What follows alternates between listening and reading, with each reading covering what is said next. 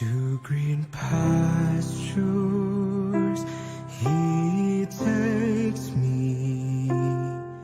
I know that He's right there for me in the daytime. While I wander, He watches over me. In the noontime, when I'm thirsty, I know that He's still there for me. To the waters He directs me. He gives me water to drink. Like a shepherd, He leads me, though the way I know not. In the desert, through the valleys, I know my shepherd's with me.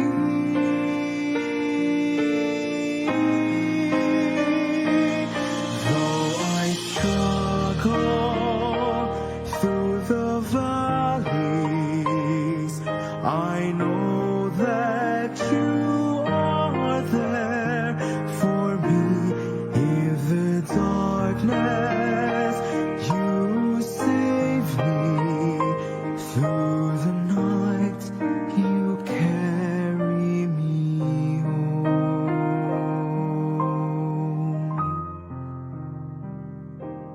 Like a shepherd, He leads me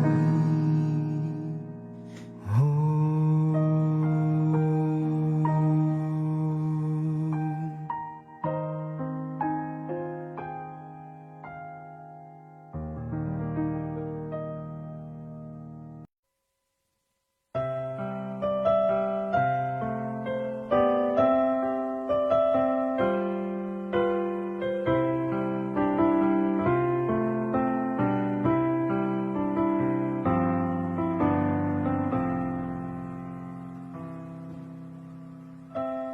God before us, God beside, God within us abide, God in heaven and in this place. Father, we commit to You this day.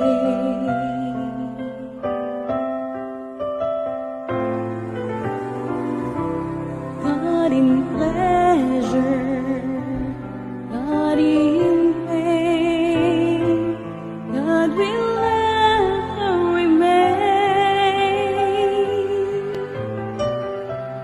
God in gladness and God in strife, Father, we commit to You our lives. For we know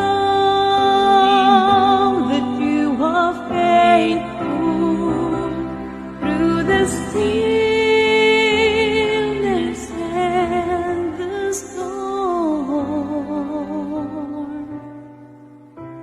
For You've been with us from the start. Father, we commit to You our hearts.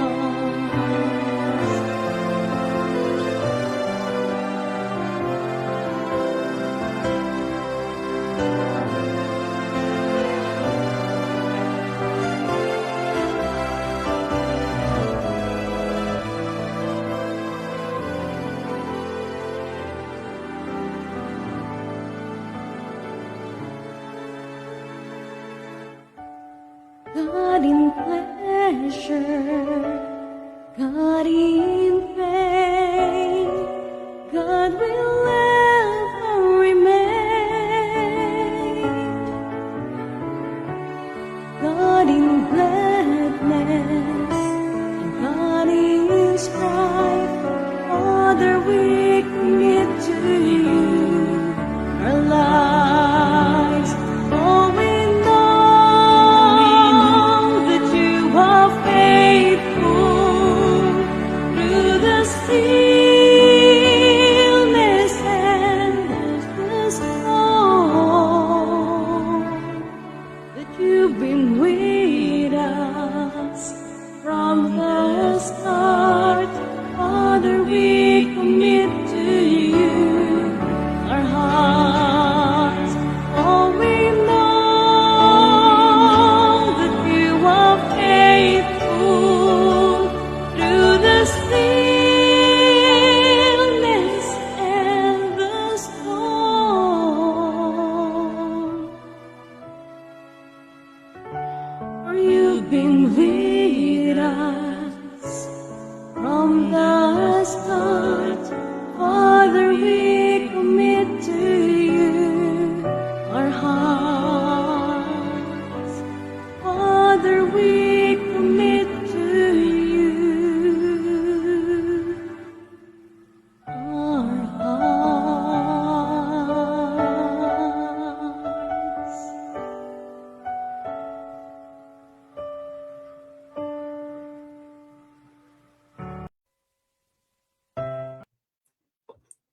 Gandang umaga po mga kapatid.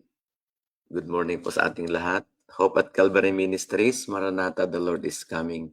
Good morning po. Salamat na muli sa pagpapatuloy sa inyo pong mga tahanan ng simpleng paglilingkod po natin tuwing umaga. Ako po ay kasama niyo today. Backup ko po binakapan ko po si Pastor kasi si Pastor ay kasalukuyang nagdo-travel galing po Manila, no? Kaya ako ang inyong mga kasama. Kumusta mga kapatid? Kumusta po ang magdamag po nating pagtulog? Papuri sa Panginoon dahil tayo po'y iningatan, nagtamong muli ng buhay at kalakasan. Napakabuti ng Panginoon. Binabati po natin si Sister Naning Makaraig. Good morning po sa inyo pong family at sa inyo pong lugar. Maraming salamat po. Kay Sister Elma Tancometa, blessed morning everyone. God bless us all. Sabi po niya, good morning. Kay Sister Flor ng Cavite Mission, good morning po sa inyo. Kay Ma'am Essie, good morning. Kay Ma'am Del, kay Sir Mike, magandang umaga po sa inyo mga kapatid.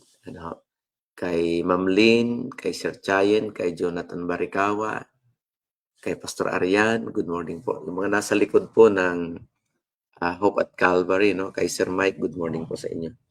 And syempre doon sa mga silent viewers po natin, kay Sister Melissa Sanggalang Banaa, good morning. Kumusta po Ma'am Melissa? Kay Ma'am Essie, magandang umaga Ma'am Essie. Kay Ate Olive, kay Ma'am Maika, Maria Paraiso Marian, good morning po sa inyo. Kay Jubilab Rada, good morning po dyan po sa EUP. Good morning po kay Kuya Orlan, kay Tita Rose, good morning po. Ayan po mga kapatid, good morning po sa ating lahat. At doon sa mga iba pa, no, kay Sir Mark, good morning po ng Cavite Mission din po. Yan, magandang umaga sa iyo Sir Mark. Purihin ang ating pong Panginoon, na tayo po'y magkakasama today. At syempre sa ating pong morning devotional ngayong umaga. Meron pong prayer request si Sister Elma Tan Cometa. Sabi po niya, pasama po sa prayer ang family po namin na mayapa na po ang papang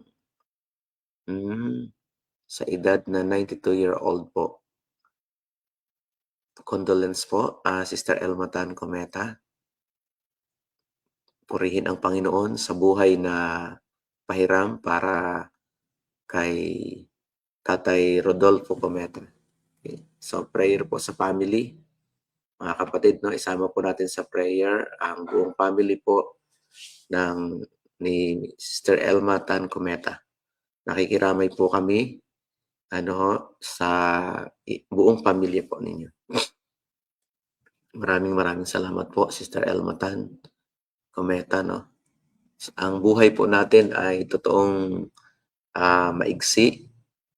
sa kumpara dun sa eternity na inihahanda ng ating pong Panginoon, mga kapatid. So, maraming salamat sa mga kapatiran na mananalangin para sa comfort at kaaliwan po ng banal na espiritu at ng Diyos sa pamilya po ni Sister Elma Tan Cometa.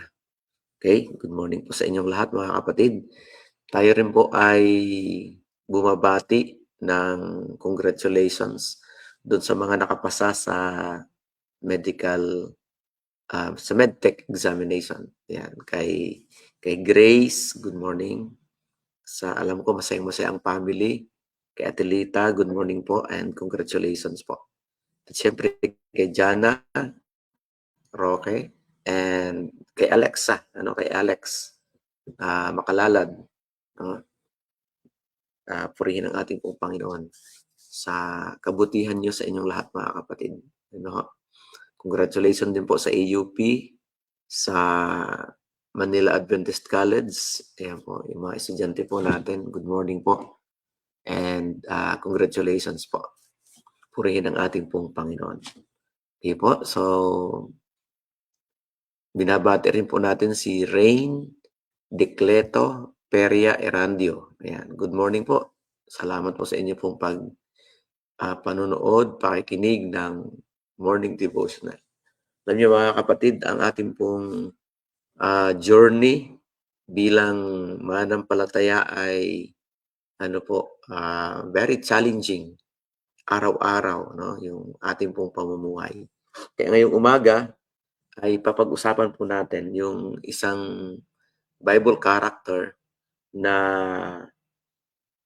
natala sa banal na kasulatan na isang mabuting halimbawa ng kanyang pagtindig sa pananampalataya. Okay? Binabati natin si Jubilab. Ayan. Good morning po, Sir Gideon Pabaronag. Salamat po, Jubilab. Diyan po sa Cavite. God bless po. Ayan. Kay Sister Jane, Catherine Monte Alto Rosita, good morning po. Kay Brother Oji, ayan, good morning po. At sa buong family. Kay Ma'am Jane, Fabelia Pamaren, good morning po. Kay Sister Maricar Macaburas Agustin, good morning po sa inyo.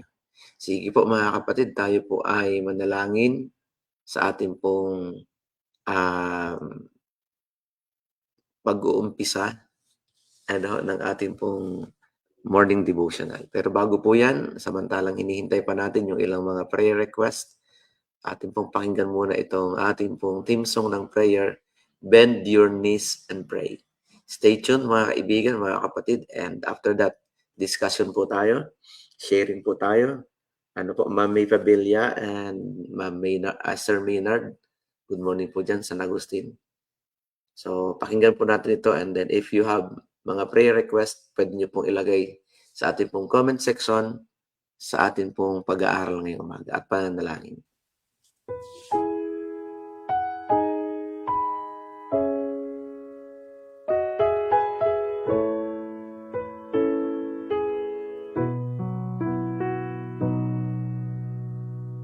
When your days are dark and bleak, when your strength is growing weak, when you feel there's no relief, you're alone and no one sees,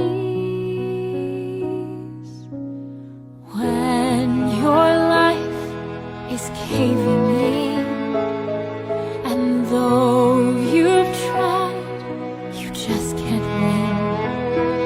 You wonder, will it ever end? Will it ever end? There's only one thing I can say, one way I know you'll be okay, no matter what life throws your way. Just bend your knees and pray.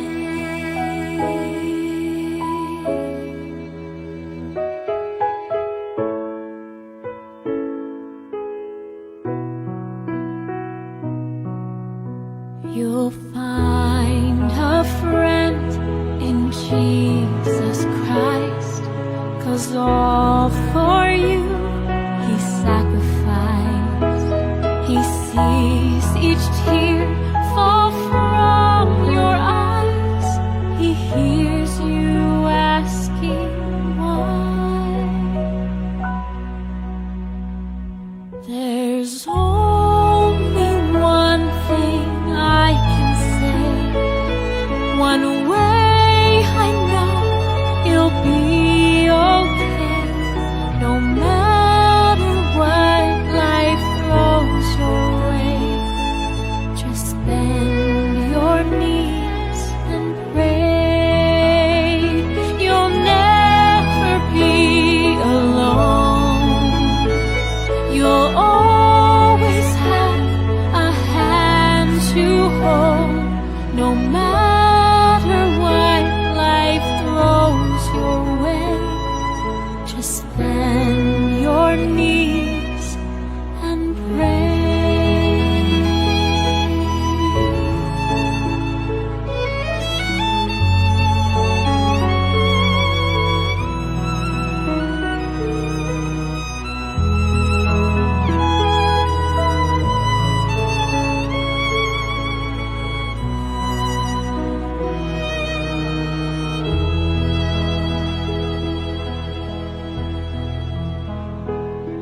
You'll never be alone.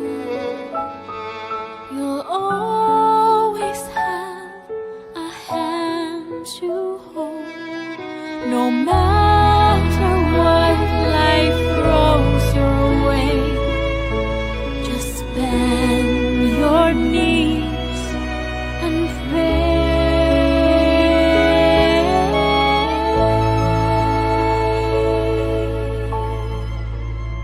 Just bend your knees and pray.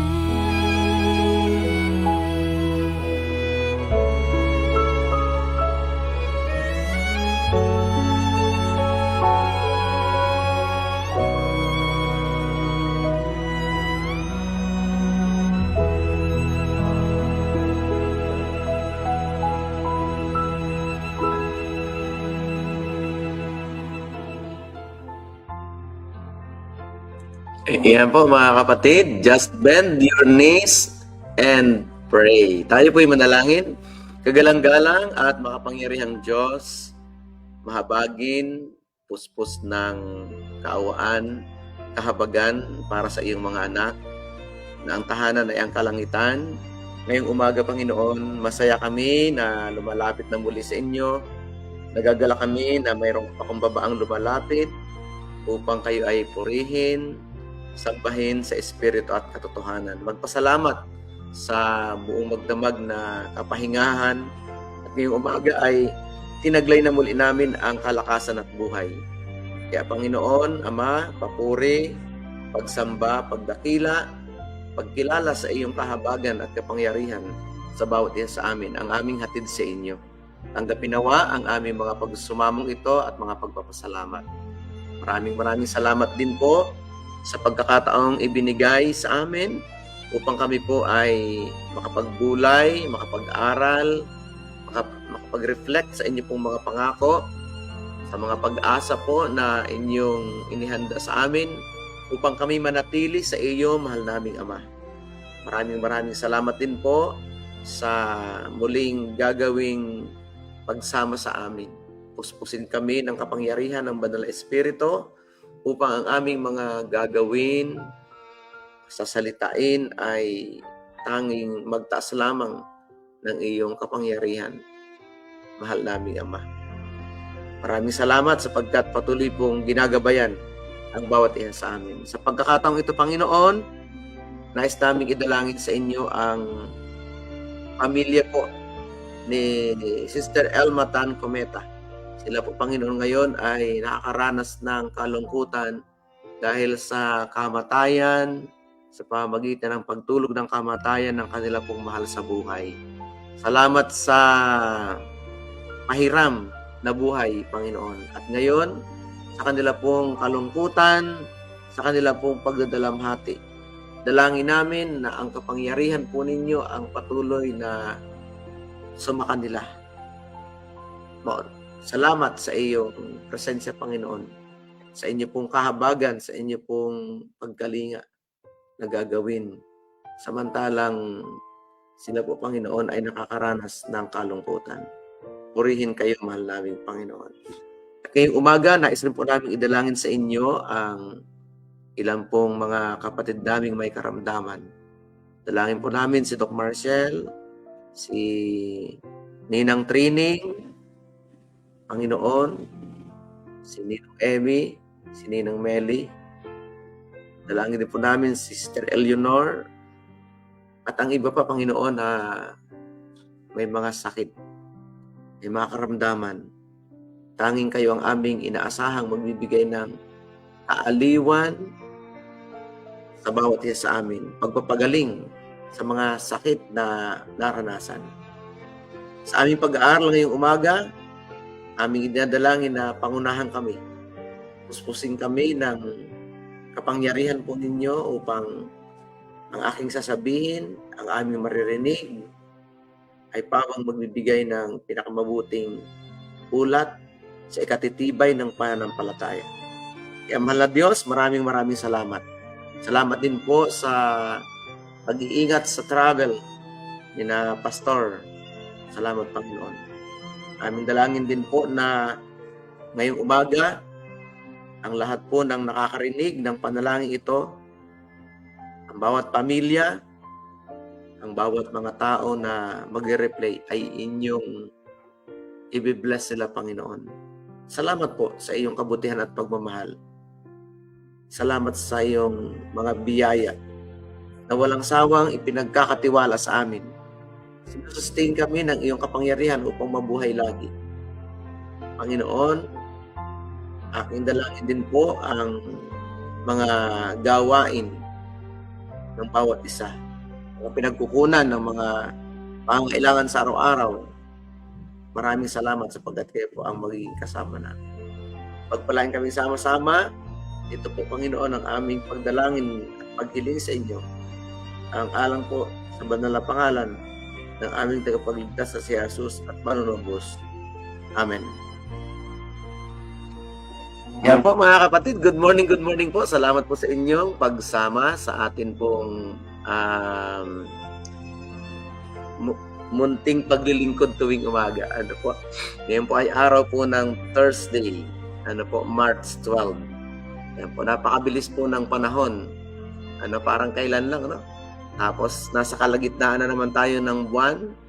No, napakabilis. Hindi nyo ba napapansin, mga kapatid? Napakabilis na mga araw. Ngayong umaga po, ay siyempre, tayo po ay mag-aaral na. Binabati muli natin yung mga nasa comment section. Kay Ate Beth Lyson, kay Kuya Boy, sa buong family po ng Lyson family. Good morning po sa inyong lahat. Ano, kay Brother G. Mirada, good morning po. Ayan, salamat po sa inyo, mga kapatid, na kayo po'y sasama sa ating pag-aaral. Kay Ma'am Minerva Fernandez, dyan po sa Blayan, good morning po. Gandang umaga po. Kay Ma'am May Pabella, good morning po. At yung mga iba pa na mga silent viewers po natin. Ano, welcome po kayo sa ating pong natatanging pag-aaral ngayong umaga. Ang ating pong talata ngayong umaga ay matatagpuan sa Daniel chapter 1, verse 3 and 4, mga minamahal. Ang pamagat ng ating pong pag-aaral ay Daniel stands firm whatever the result, mga kapatid. Yan po. So, isang mabuting halimbawa ng Bible character ang ating pong pag-uusapan ngayong umaga. Si Daniel, na siya po ay tumindig, siya po ay tumayo, siya po ay nanindigan, siya po ay naging tapat, no, mga kapatid. Hindi po natinag, hindi po nagbago ang kanyang pagtingin, ang kanyang pagkilala, ang kanyang pananampalataya sa Diyos, anuman yung nangyari sa kanya. Mga kapatid, he became firm, no? He became, kumbaga ay truthful doon sa kanya pong ginawang pagtatalaga. Sa ating pong Panginoon. So, Daniel stands firm whatever the result, mga minamahal. Ito po yung makikita natin sa Daniel chapter 1, verse 3 and 4. Aking pong babasahin sa English and sisikapin po natin na matranslate sa Tagalog, mga kapatid. Then the king ordered Aspinas to bring in some of the Israelites from the royal family and the nobility, young men, physical defect, handsome, showing aptitude for every kind of learning, well-informed, quick to understand, and qualified to serve in the king's palace. Mga minamahal na mga kapatid, ito pong background ng talata ay noong ang Babylonia, sang-ayon din sa prophetic, no, na view, no, sa pamagitan po ng propeta Isaias at propeta Jeremias, mga kapatid, ay ang Israel po ay napasa kamay po ng kaaway ng Babylonia. Atelita, no? Good morning po. And noong time na yon ay nabihag po, natalo, sa madaling salita, ang Israel, mga kapatid, especially ang Judah, mga kapatid. Ngayon, nung natalo po, nung nakubgob, no, nung na ipinahintulot ng Diyos na mapasakamay ng kaaway, ang Israel ay dinalang bihag, ng Babylonia, no, sa pamamagitan po ni Haring Nabucodonosor, yung mga matitipuno, mga gwapo, mga matatalino, mga kapatid, na mga kalalakihan. Kaya dito po sa talatang ito ay ipinapakilala na kaagad dito na yung mga anak ng Diyos na pinili, no, ni Haring Nabucodonosor sa pamamagitan ng kanya pong kanang kamay na si Aspinas, mga kapatid, ay yung mga matatalino, mga kapatid, sabi doon ay quick to understand, madaling makaunawa, madaling maunawaan ang mga communication, probably, o mga bagay-bagay, no, ibig sabihin ay smart yung mga nabihag. Pinili sila para paglingkuran ang hari. At kasama po dito, mga kapatid, ay ang apat na magkakaibigan, Sadrach, si Meshach, at saka si Abednego, at siyempre si Daniel, mga kapatid. Kaya ang ating pong pag-uusapan ay si Daniel. Daniel stands firm whatever the result. So pinili po ni Aspinas, no, yung ilang mga Israelites para maging kasama dun sa royal family ni Nabucodonosor, mga minamahal na mga kapatid. So, pinili po sila. Wala silang defect. Ibig sabihin, walang mga kapansanan, no? Without any physical defect.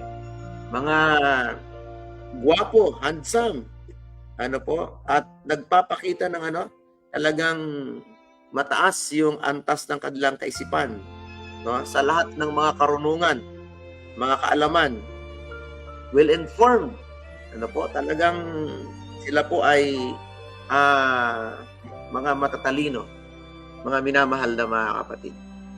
So, yun po yung talata.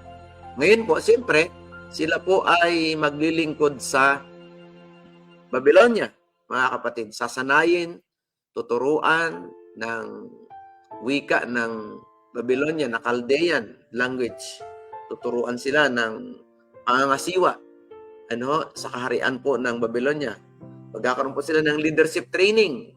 Kung sa atin ngayon, mga minamahal na mga kapatid, kasi sila po ay maglilingkod po sa kaharian po ng palasyo ng Babylonia, mga minamahal na mga kapatid. Now, atin pong titingnan ano pong meron po dito. Sa bakit ito po inatala, no, sa banal na kasulatan. No? Titingnan po natin kung ano po yung mga magagandang mga life lessons. Sister Rhea Sahot Aronan, no? Welcome po. And Ma'am Aisel Pimentel Miesa. So yun po yung background mga kapatid, no?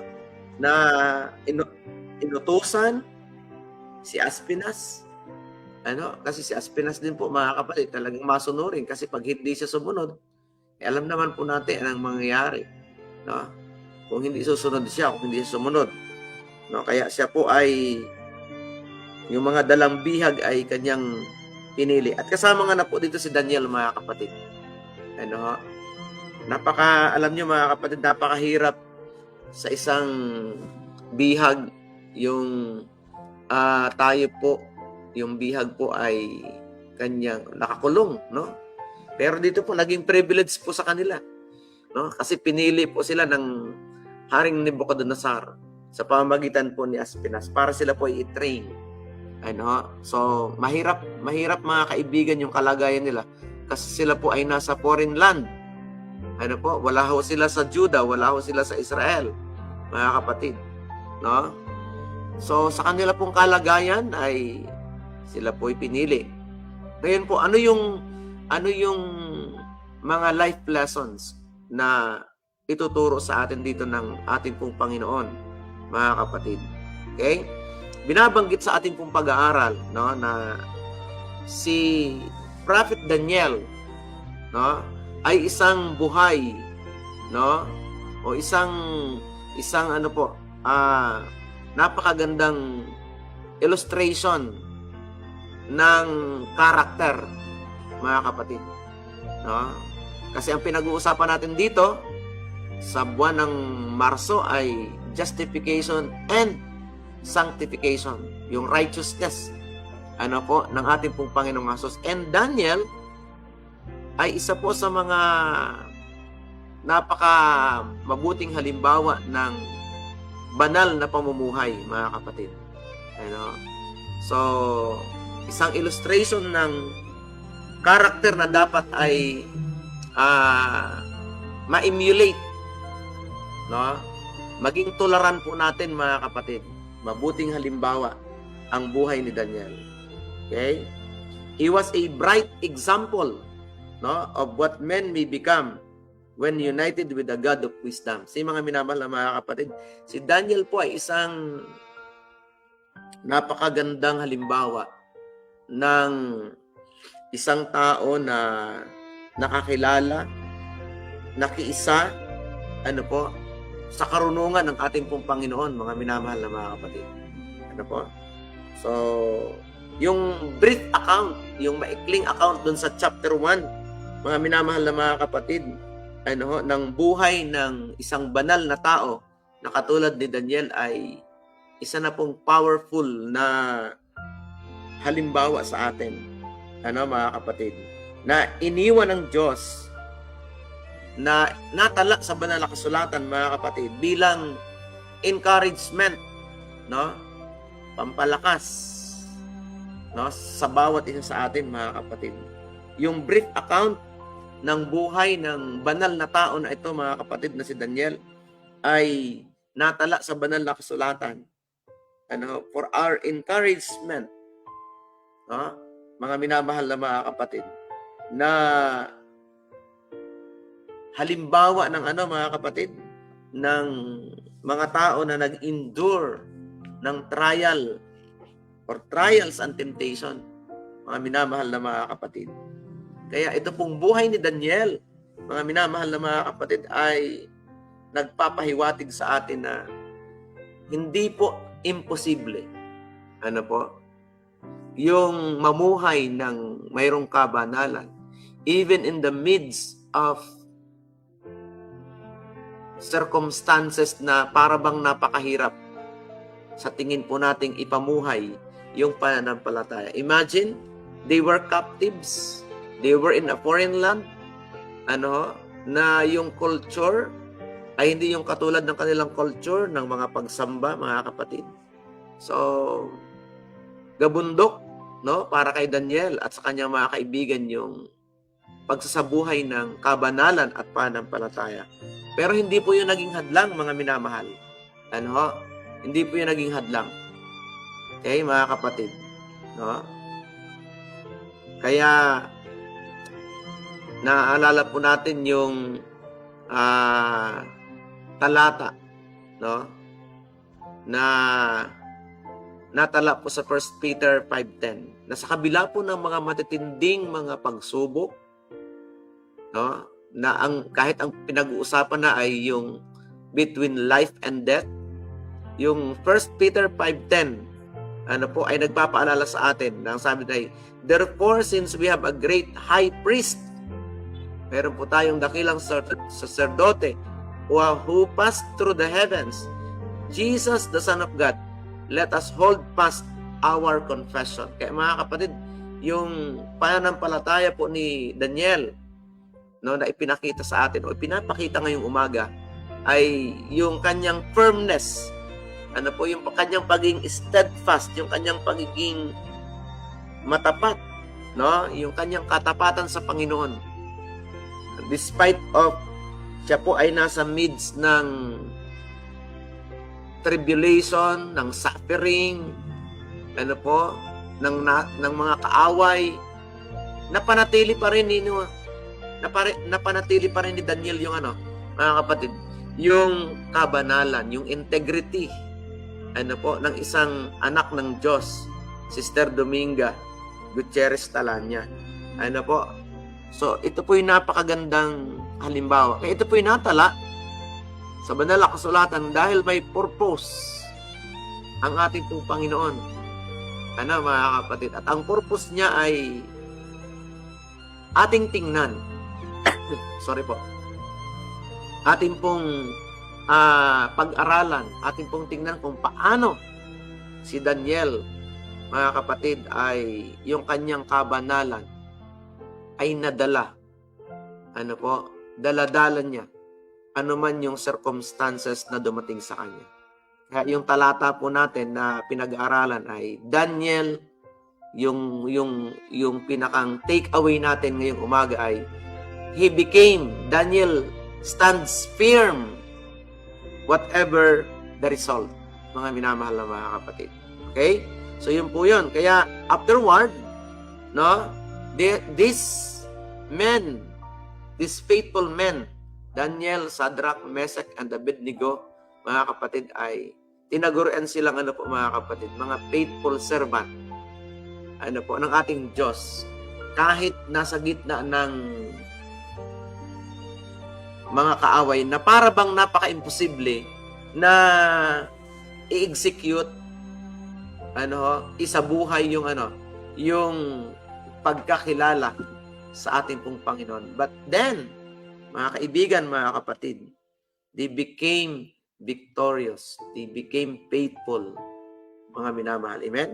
Sana ganun yung ating pong pananampalataya na kahit anong mangyari, sa Panginoon pa rin po tayo. Hindi tayo nagdadalawang isip na ipamuhay. Minsan tayo po ay marupok.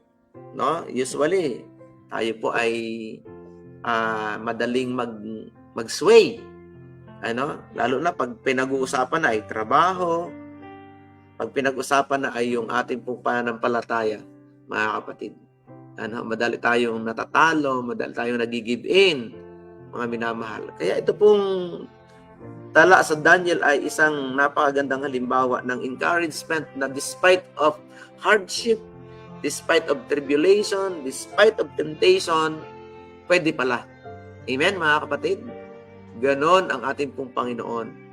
No? Na pag tayo po ay nagtapat, pag tayo po ay nanindigan sa kanyang mga palatuntunan, sa kanyang mga kautusan, mga kapatid, meron ng provision ang Diyos na tayo po ay kanyang sasaklolohan. Amen, mga kapatid? Kanya po tayong tutulungan. Okay? Kaya dito po, to continue, nung dinala,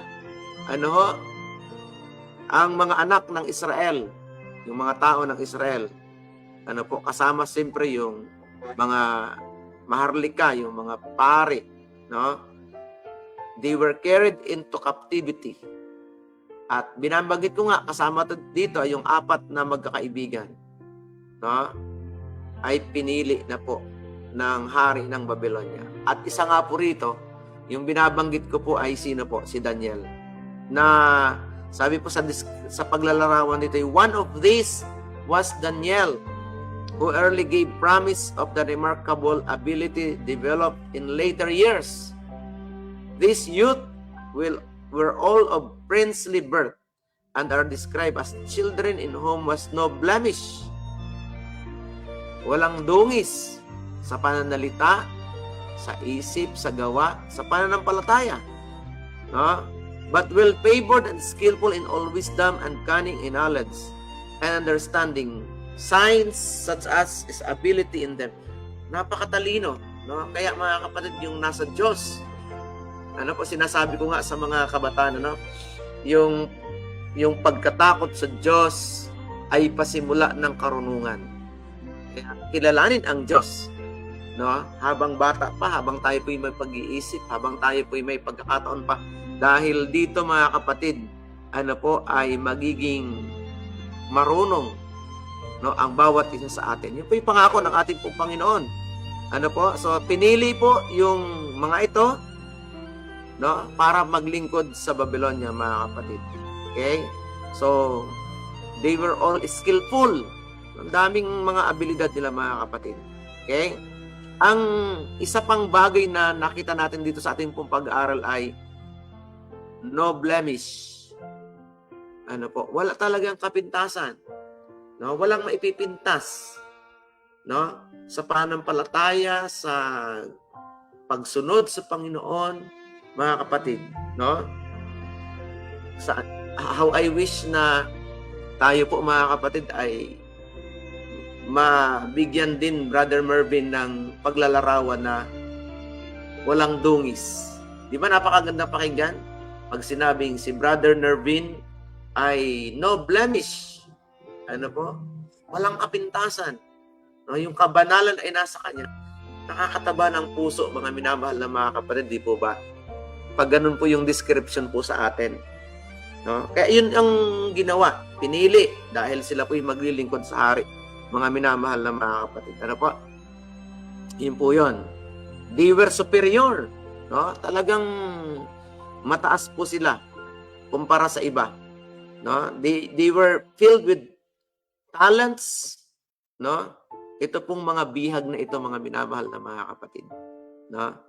Ay si Haring Nebuchadnezzar naman ay talagang very determined, no, na sila po'y ihanda para punan yung mga pangailangan sa kaharian po ng leadership sa Babylonian Empire, mga minamahal na mga kapatid.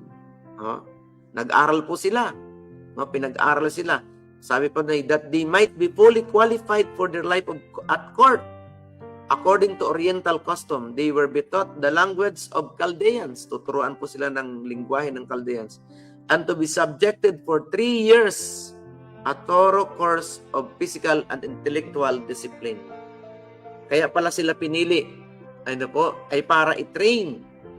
Ano mga kapatid? For 3 years, intensive training para sila po'y ma-acquaint doon sa trabaho sa loob po ng Babylonian Empire, mga minamahal na mga kapatid.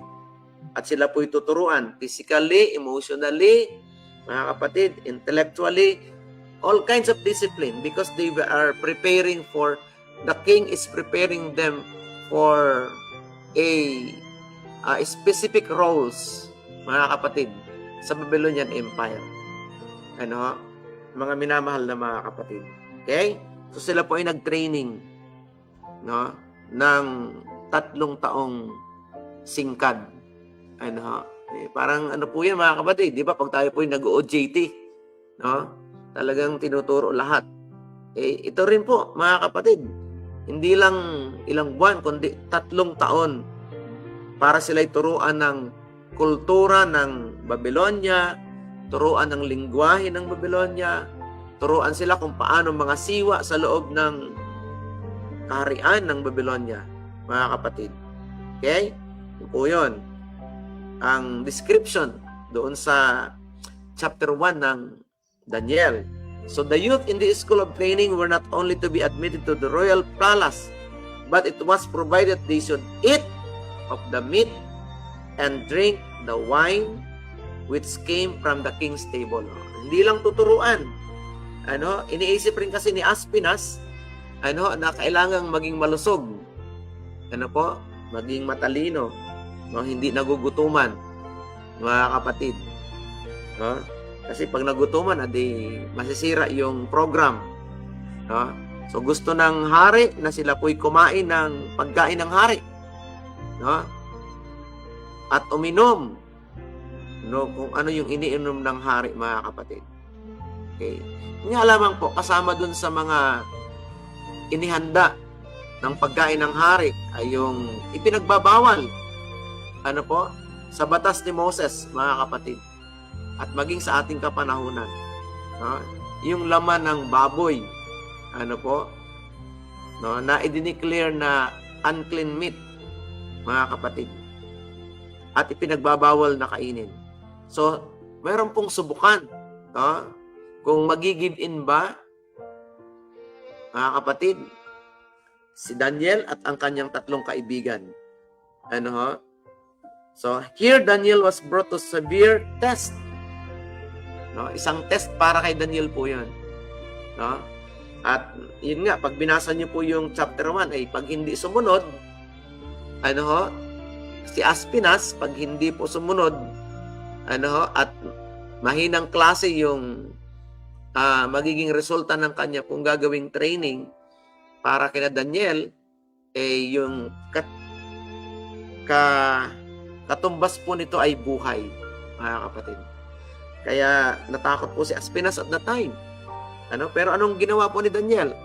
No, mga kapatid, no? Sabi ni Daniel ay hindi pwede. No? So pinanatili ni Daniel yung kanyang katapatan sa Panginoon. Should he adhere to the teachings of his fathers and concerning meats and drinks and offend the king and probably lost not only his position but his life, mga kapatid. So nasa gitna po siya ng ng test, mga kapatid.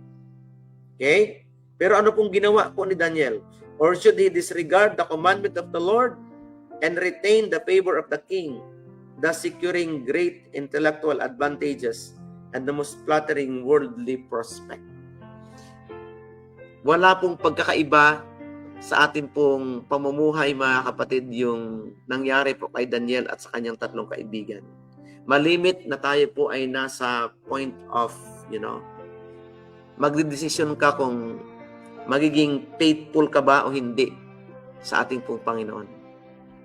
Maraming mga cases po yan sa trabaho, sa pagkain, sa mga privileges ng sanlibutan ito. Inaalok po tayo, ng mga napakaraming mga privileges in exchange doon sa kabanalan at pananampalataya natin sa ating pong Panginoon. Mga kapatid. Pero ano pong ginawa ni Daniel, mga kapatid? Tinanggihan. Okay? Tinanggihan. Hindi po nagdalawang isip. Daniel did not long hesitate. Ano po? He decided to stand firm in his integrity. Mga kapatid. Let the result be what it might. Mga kapatid. Ano man yung magiging resulta ng hindi pagsunod, mga kapatid. Basta't siya po ay susunod doon sa panuntunan ng ating pong Panginoon. Kaya ano pong ginawa niya? He purposed, sa verse 8, he purposed in his heart that he would not defile himself with a portion of the king's meat. Mga kapatid, so nagkaroon talaga siya ng decision na hindi niya tatanggapin yung mga pagkain na hindi karapat-dapat pakainin. Nor with the wine which he drank. He made God, ito mga kapatid, yung ating concluding statement ngayong umaga. He made God his strength. Kamusta kayo, mga kapatid? Kamusta ako? Sa panahon ng trials ng ating pong pananampalataya, ginagawa ba natin ang ating Diyos na siyang ating kalakasan? Ginagawa ba natin siyang priority? Ginagawa ba natin siyang una bago ang iba, mga kapatid? Ito'y ginawa ni Daniel. He made God first. He made God his strength. Mga kaibigan, mga kapatid, ngayong umaga, sa maghapong ating paggawa, Maaari tayong mamimili. May mga decision making po tayo. No? Papipiliin po tayo between our faithfulness sa Diyos whether sa ibang mga bagay. Panalangin natin mga kapatid. Katulad ni Daniel, gawin natin na ang Diyos ang ating kalakasan. Amen mga kapatid? Gawin natin ang Diyos ang pinagbabalingan natin sa lahat ng panahon, sa lahat ng pagkakataon mga kapatid. Piliin muna natin ang ating pong Panginoon. Amen mga kapatid? Ano? Sabi nga ni Sir Mark, sabi po rito ni Sir Mark sa kanyang reflection, our commitment to God should reflect in our daily work and relationships. Totoo yan, Sir Mark. Kaya huwag kang mahihiya, huwag tayong mahihiya. No? Na ipakilala natin na ikaw ay anak ng Diyos. Kaibigan mo si Jesus. Yung relationship mo sa Panginoon. No? That's why Daniel reminds us to have a precise character to become a powerful witness to others. Ayan, praise God, Sir Mark. Ano po? Tayo po'y pinapaalalahanan. Brother Jimmy, at Sister Helen, and Ma'am Sharon, kung paano po tayo magiging tapat doon sa sinumpaan nating tungkulin sa ating pong Panginoon. So, Daniel made God His strength. Amen, mga kapatid? No? Si Daniel at ako at tayong lahat ay walang pagkakaiba pagdating po sa pananampalataya. Nandyan yung temptation, nandyan yung parang tayo po yung tinutokso. Hindi lang parang kung talagang yung tukso'y nandyan. Pero anong ginawa ni Daniel, mga kapatid? He made God His strength. Amen, mga kapatid? Ano pang ginawa niya? The fear of God was continually before him. Amen, mga kapatid.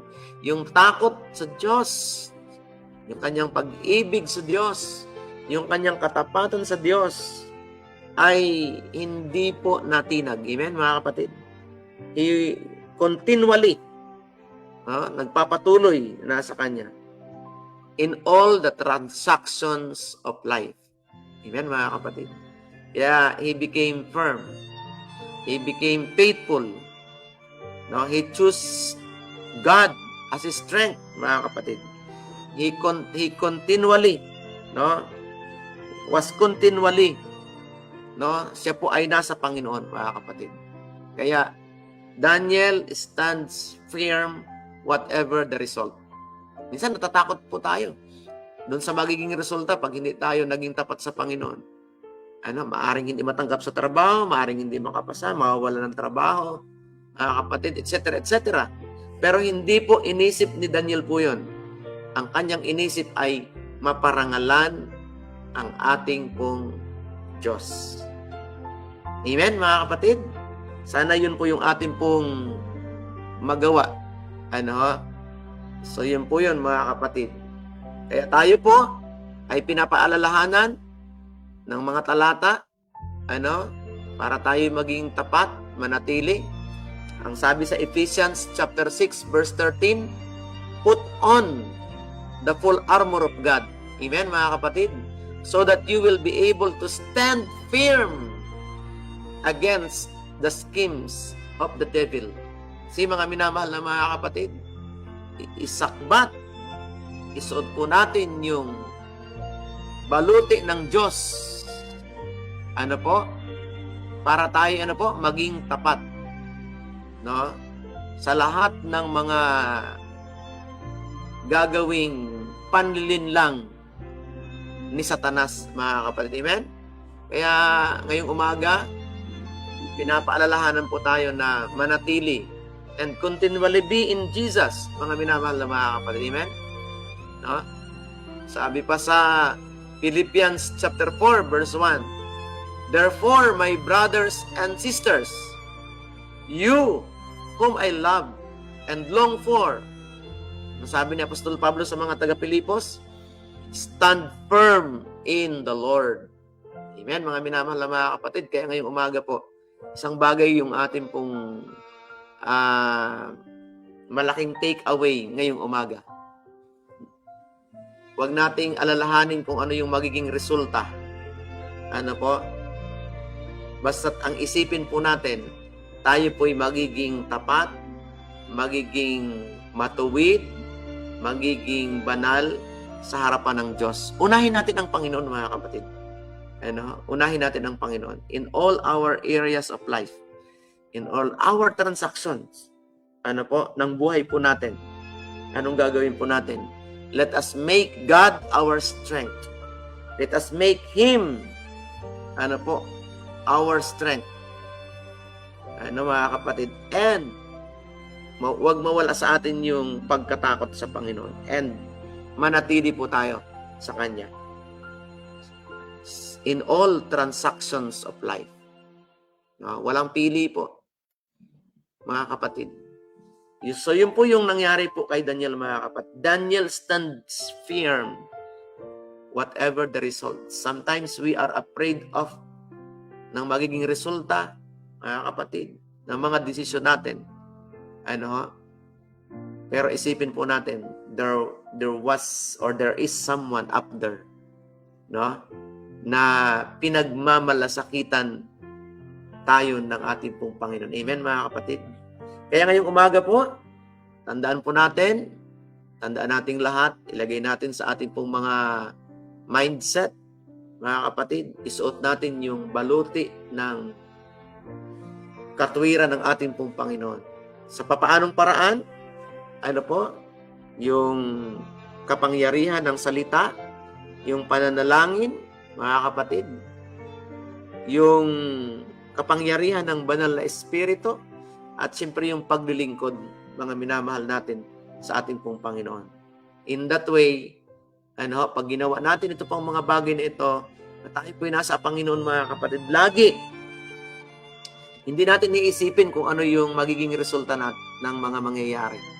Ano, katulad po ni Daniel, he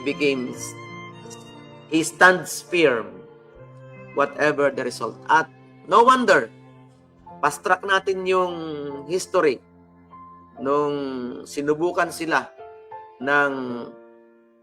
ni Aspinas, ano, kasama yung eunuch na nangalaga sa kanila. After nung training, anong nangyari sa kanila, mga kapatid? 10 times wiser. Amen, mga kapatid? 10 times wiser. Matitipuno, malulusog, maganda ang kutis, ano, matalino, at nung nagkaroon ng pagsusulit, sila po yung pinakamatalino sa kaharian po ng Babylonia. Hindi lang po yun, mga kapatid. Sila po yung nabigyan ng magandang posisyon sa Babylonian Empire. And even Daniel, no, became the second to the king, mga kapatid. He can interpret, ano po, dreams. Ano po, mga kapatid. Kaya nga siya po yung naging propeta. Why? Mga minamahal na mga kapatid, because Daniel made our God His strength, mga kapatid. He make God His strength. No? And napanatili niya yung pagkatakot sa ating pong Panginoon. At yung takot niya sa Panginoon ay naging dahilan upang siya po'y naging masunurin sa kalooban ng ating pong Panginoon. Sister Annabeth. Ano? So yun po yung ating pong pag-aaral, no? Manatili po tayong tumindig kasama ang ating pong Panginoong Hesus, mga kapatid. Amen? Maging tapat po tayo sa lahat ng transaksyon ng buhay po natin. Minsan, dinadaya natin ang ating sarili. Selective. Yung ating pong, kumbaga, transactional. Mga kapatid, yung pananampalataya po natin. Pero dito po, pinapaalalahan tayo. In all transactions of life, let us make God our strength. Amen, mga kapatid. Good morning and God bless po sa lahat. Okay po, tayo po'y manalangin sa pagtatapos, mga kapatid. Mama Minche, Amasio Cariaga, welcome po. Tayo po'y manalangin. Our great God and our Heavenly Father, thank you so much for this beautiful reminder for us how to become faithful how to become firm in the midst of trials and suffering. Maraming salamat, Panginoon, na ipinaunawa sa amin na napakainam at inyo pong ikinararangal. Kayo po'y natutuwa. Kayo po'y masaya na kami bilang iyong mga anak ay lagi kayong pinipili unang-una bago ang ilang mga bagay, Panginoon. Mangyari nawa, mahal na Diyos, na sa lahat ng aming pong transaksyon sa araw-araw ng pamumuhay, kayo po ang maging pangunahin. Dahil kayo po ang aming saklolo, kayo po ang aming kalakasan, kayo po ang lahat-lahat. Kaya salamat, Panginoon, pinupuri namin po kayo ngayong umaga. Ang muli naming pakiusap, huwag niyo po kaming pabayaan. Manapay lagi kaming tulungan, samahan kami sa aming mga gawain. At kung sakali na kami ay nakakalimot, salamat sa mga paalala. Salamat sa mga kasaysayan ng banal na kasulatan. Ito po'y encouragement sa amin, mahal na Diyos. Maraming salamat. Ilayo kami sa kapahamakan sa maghapon. Ilayo kami sa mga pagkakasakit, sa mga biglang kamatayan, mahal na Diyos. At kayo po ang sumanggalang sa amin, sa harap ng aming mga kaaway, mahal naming Ama. Maraming salamat po sa pagdinig sa aming mga pakiusap at panalangin. Mga minamahal na mga kapatid kay Kristo, muli nating tanggapin ang biyaya ng Ama, ang pag-ibig ng anak, at ang di nagmamaliw na pakisama at kapangyarihan ng Diyos Espiritu Santo na siyang nagbabanal, gumagaway sa buhay natin. Mga kapatid, tanggapin natin ang basbas ng Panginoon ngayong umaga. Sa pangalan ni Jesus, na ating tagapagligtas at manunubos. Amen. Mga minamahal na mga kapatid, magandang umaga po. Thank you so much for joining us this morning. Thank you so much. God bless po. Doon sa mga kapapasok lamang po, you can replay this and you can share. Continue to share, mga kapatid. Sa mga kaibigan po natin, magsanay na po tayo na magbahagi sa social media ng kabutihan ng ating pong Panginoon because next year, September 27 o September 2027, lahat po ng mga kaibigan, kapatid, kayo ay inaasahang mag-i-involve sa isang media ministry. Sa lahat po ng platform, man ito, para ipakilala sa maraming mga tao ang kapangyarihan at pag-ibig at pag-asa na nasa Kristo. Mga kapatid, magsanay na po tayong mag-share. Dahil next year po ay celebration ng church na si Kristo po ay dumating sa lupang ito nung siya po ay nagkatawang tao.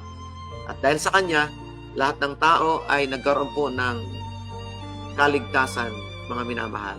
Okay, so good morning and God bless po. See you again tomorrow. Pangungunahan po tayo ni Sir Mike. Ngayon po, hindi natin nakasama si Pastor dahil siya po ay nasa travel. Thank you so much po and God bless po.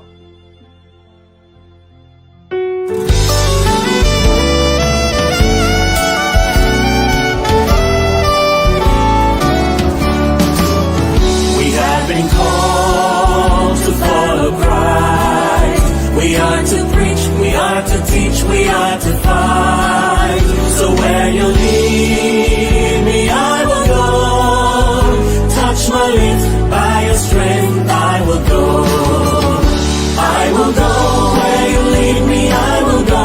Where you lead me, who will go? For us I will go. I will go where you lead me, I will go. Where you lead me, here am I. Send me, Lord, I will go.